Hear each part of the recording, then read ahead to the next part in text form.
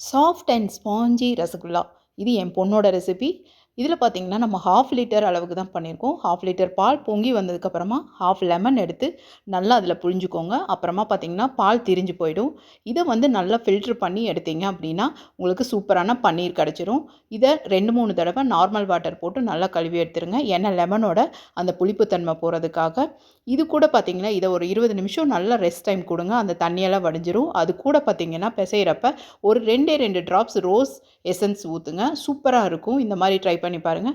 அப்புறமா சின்ன சின்ன ரவுண்ட் பால்ஸாக எடுத்துக்கோங்க. அப்புறமா 1 கப் அளவுக்கு சுகர் எடுத்துக்கோங்க. 1 1/2 கப் அளவுக்கு தண்ணி எடுத்துக்கோங்க. நல்லா கொதிக்கணும். 2 ஏலக்காயும் போட்டுக்கோங்க. அந்த நல்ல ஃப்ளேவர் சூப்பராக இருக்கும்.